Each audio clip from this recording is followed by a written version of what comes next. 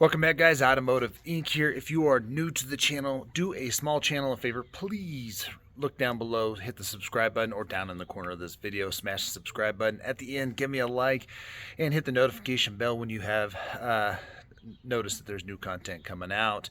If you go over to Automotive Inc.'s homepage, you can go up to the search bar and type in Camry, Silverado, Super Duty, and it'll show you all of the great videos that I think I've put out.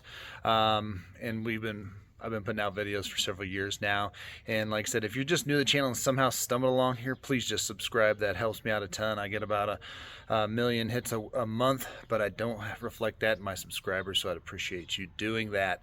Now, as you guys know, every truck, half ton, 3/4 ton, 1 ton, every truck that I get, I do a suspension enhancement of either bags, Timbren, Sumos, or whatnot. Now, there are tons of different versions of suspension enhancement out there. Bags being the most intricate, they do require some maintenance. They do require you to have access to air those up and take them down, unless you're going to install a compressor.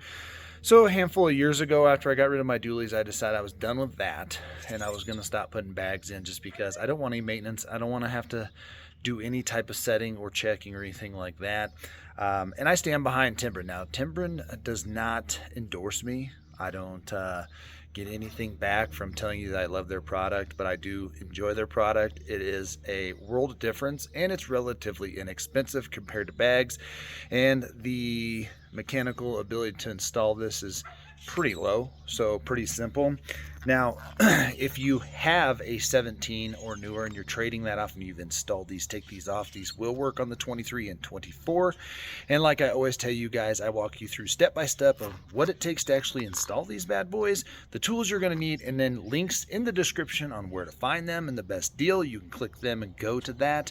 I don't have a Zon store, but my links will take you to Zon, where you can get that that discounted price. Always look for the coupons in there too. They sometimes will have them on there. Now, if you are working on an F-350, the 250 Timbrens will not work. There is a different system for the F-350, but I will link the F-350 below, and from there you can grab those. Now, when you get your kit, guys, typically the rubber piece is going to be unmounted from the bracket. There is a 17mm bolt. You will need an extension for your socket to tighten that on. It's going to have one washer that goes underneath it, and that's it. You're going to mount these up through there, and then set that aside. Other than that, the 17 to assemble this to the bracket, then you're going to need a 15 to remove the bolts from the frame to put these on. It does come with shims if you choose to use those. I don't typically feel the desire or need to do that. And typical, whether it's a Silverado, an F-350 or F-250, these are going to be typically identical. Now, if you're using a lesser brand, like I did one for the F-150, those were side specific only for the brackets, not the actual suspension pieces. Now, what does this do? This does not affect ride handling empty. What this does, guys, is provides a progressive pushback when you put a load in the bed, your fifth wheel, your gooseneck, or anything like that, or even just heavy stuff in the bed. This is going to mount to the upper part of the frame. This comes down and contacts the bump stop that is on the axle. Now, as you can see, this little guy is only about 4 inches long. This is the factory bump stop, guys, and it has to travel a long way to get down to that load, and then it does provide feedback. But what that does is gives sag on the actual truck, and because those are so small and sag, it lightens up the front end and can make your towing a little bit uneasy. So I install these because, again, they do not affect ride. I get questions about this all the time. Does it affect ride? No, it does not. Now, Timbren, Sumo, everybody make a severe service. Now, the severe service would be for if you're going to put a heavy-ass flatbed on this thing, where it's always going to sustain weight. So people that weld, people that put the big, huge construction stuff in here, you may want those, but those can affect the actual ride because they do contact the axle almost all the time. So on bumps, there will be some feedback. Now, these smaller ones, when they are loaded, they're progressive, meaning they give and they take. So what that means is there's no like jarring and stuff like that. And what they do is also help sway control. So if your vehicle does not have a sway bar back there, these help immensely. So again, once you assemble the thing itself, we're just going to take the 15 millimeter nuts off these, and then those studs stay pointed down. Now, I will be putting in Husky liner fender liners because I always recommend that, so you'll want to come back.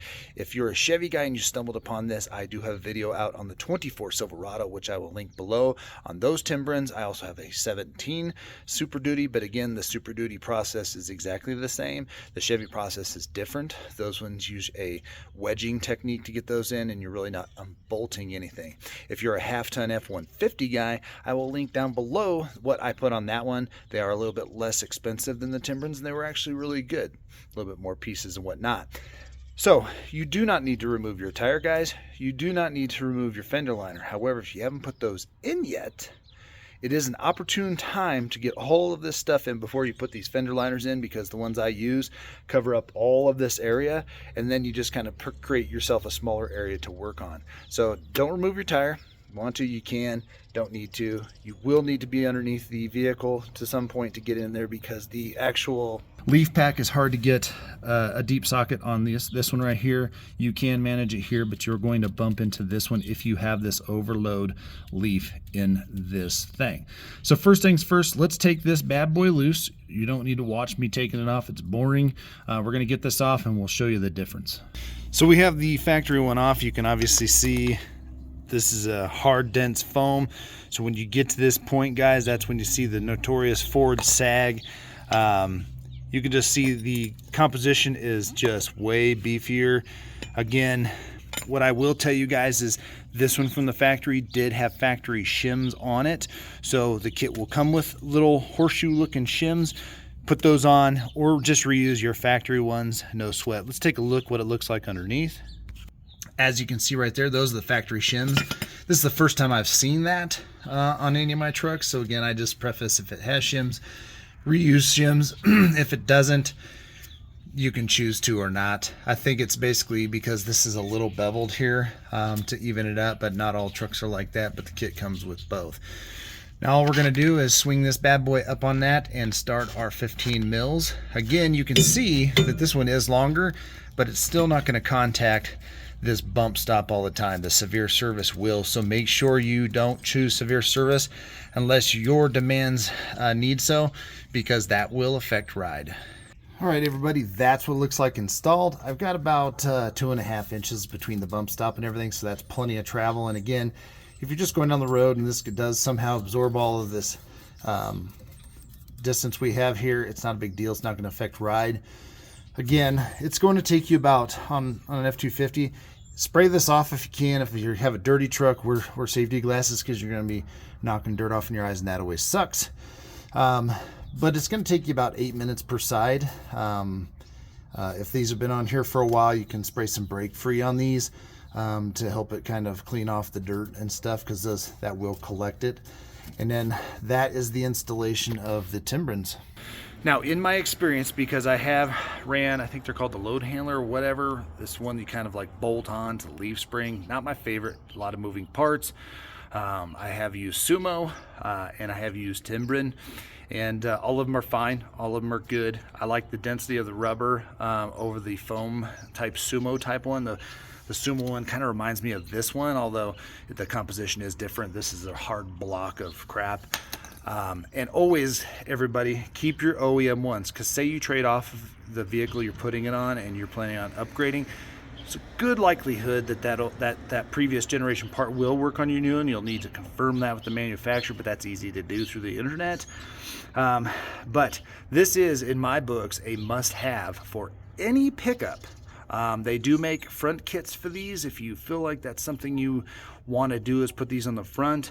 I've never ran the front ones, and I don't intend to, but they do provide very vague instructions that most everybody can figure out. But do make sure you check back, guys, because we're going to do the fender line install here very soon. And like always, guys, I appreciate every single one of you, and if you haven't subscribed yet, please do. Helps a small channel out, and we'll see you on the next one.